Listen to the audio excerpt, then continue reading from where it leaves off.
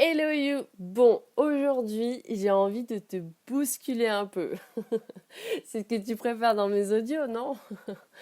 En fait, j'entends tellement de fois, non, ce n'est pas possible, je ne peux pas, je suis bloquée, je ne peux pas bouger, non, laisse tomber, c'est impossible, je vais pas y arriver, c'est compliqué, c'est chaud, je lâche l'affaire, c'est mort.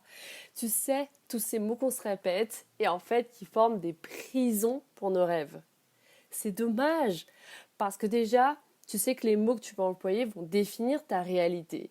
Et aussi parce que tu donnes une fausse croyance qui est que ce n'est pas possible par rapport aux problématiques que tu es en train de vivre.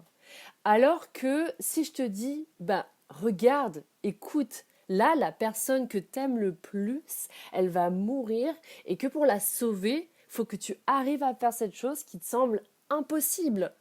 Qu'est-ce que tu vas faire?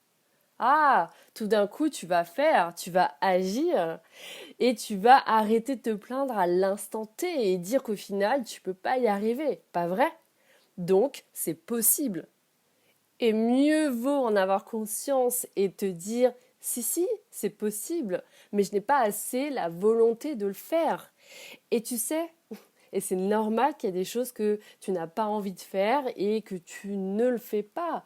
Mais ne dis pas que ce n'est pas possible alors que c'est tout l'inverse. En vrai, tout est une question de volonté. La nuance, elle est dans la conscience. Quand tu as conscience de cela, de ce dont tu as vraiment envie, de ta volonté ou pas, au moins tu en as conscience, donc tu peux décider d'agir ou de ne pas agir. Mais ne te cache pas derrière des mots en plus mal choisis, mal employés. Et puis, je pense, c'est quand même compliqué d'utiliser les mêmes mots toxiques tous les jours, non?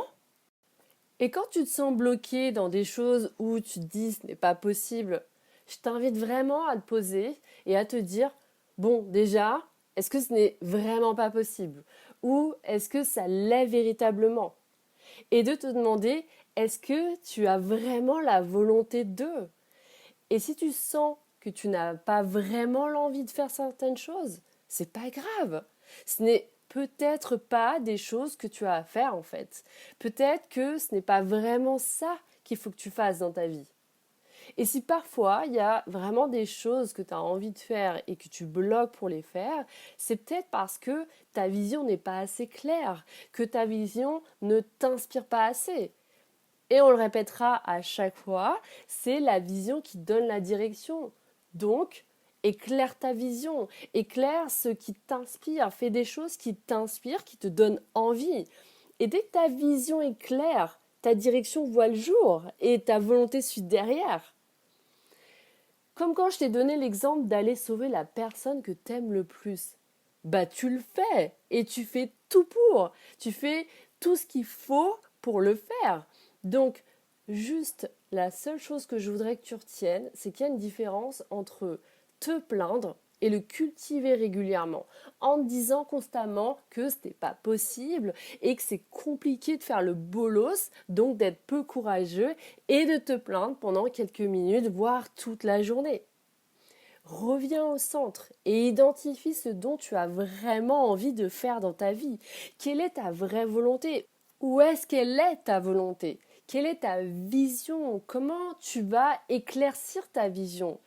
Quels détails tu vas rajouter à ta vision pour te rapprocher de tes rêves, pour vraiment en avoir envie? Qu'est-ce qu'il y a à changer dans ta vie pour avoir la volonté? So on arrache tout, let's go!